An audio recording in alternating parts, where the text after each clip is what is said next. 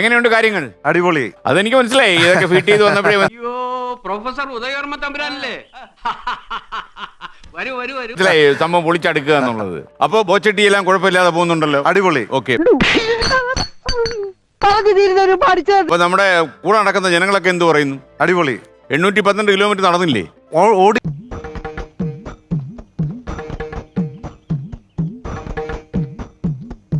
Record കളിയ Kasaragod മുതൽ തിരുവനന്തപുരം വരെ ഓടി. ഓടിയിട്ട് എന്ത് കിട്ടി? നിങ്ങൾക്കുള്ളതാണ്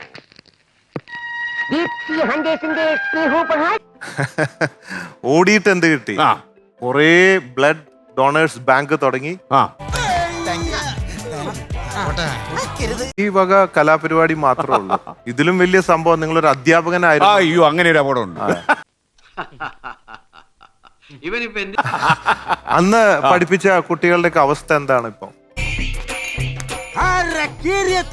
നേരെ ആയിട്ടില്ല. അവരൊക്കെ നല്ല നിലയിൽ കഴിയുമല്ലേ? ആണല്ലേ?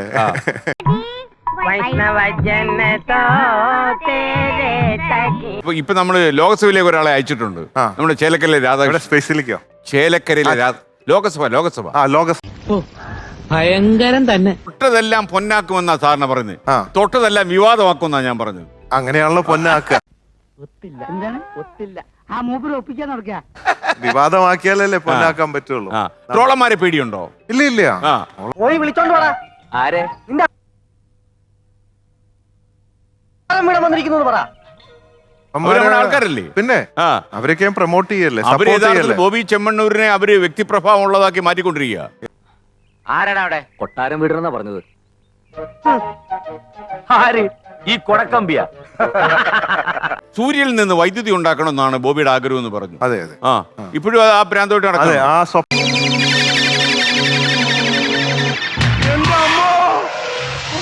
ഓടി അങ്ങ് മറ്റേ ബഹിരാകാശത്ത് എത്തുന്നല്ലേ പറഞ്ഞേ? അതെ അതെ അതെ. എന്റെ ബിസിനസ് എന്നൊക്കെ പറഞ്ഞ ഒരു ചുറ്റിക്കളിയാണ് ശിവൻകുട്ടി. ലക്ഷക്കണക്കിന് കിലോമീറ്റർ സ്പീഡില് അമേരിക്കയിൽ എത്തുന്ന പറഞ്ഞു. അമേരിക്കയിൽ അതാണ് എത്താൻ പറ്റും. ഞാൻ വിശ്വസിക്കുന്നു. ഈ മൊബൈൽ കണ്ടില്ലേ? ഇതൊക്കെ കേൾക്കുമ്പോ ഭാര്യ എന്തോ പറയും? ഭാര്യ വല്ല കുഴപ്പമുണ്ടോ എന്ന് ചോദിക്കില്ല. ഞാൻ ഒന്നും പണിയില്ല. എന്റെ മുടിപ്പര അമ്മച്ചാണ്, ഞാൻ ഒന്നും ചെയ്തില്ലേ. ഒരൊറ്റ മിസ്റ്റേക്സ് മാത്രമേ ചെയ്തുള്ളൂ. ഞാൻ നിങ്ങളെ കല്യാണം കഴിച്ചു പോയി. വേറെ അധികം ഉണ്ട് എല്ലാം. വേറെ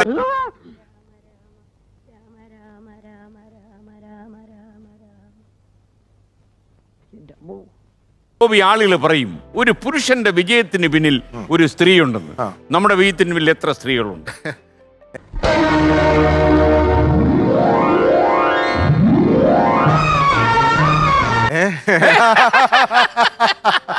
ഞാൻ ഈ എല്ലാ കാര്യങ്ങൾക്കൊന്നും കയ്യും കണക്കൊന്നും വെക്കാറില്ല. പെട്ടെന്ന് വൈഫ് വിളിച്ചതുപോലെ തോന്നി.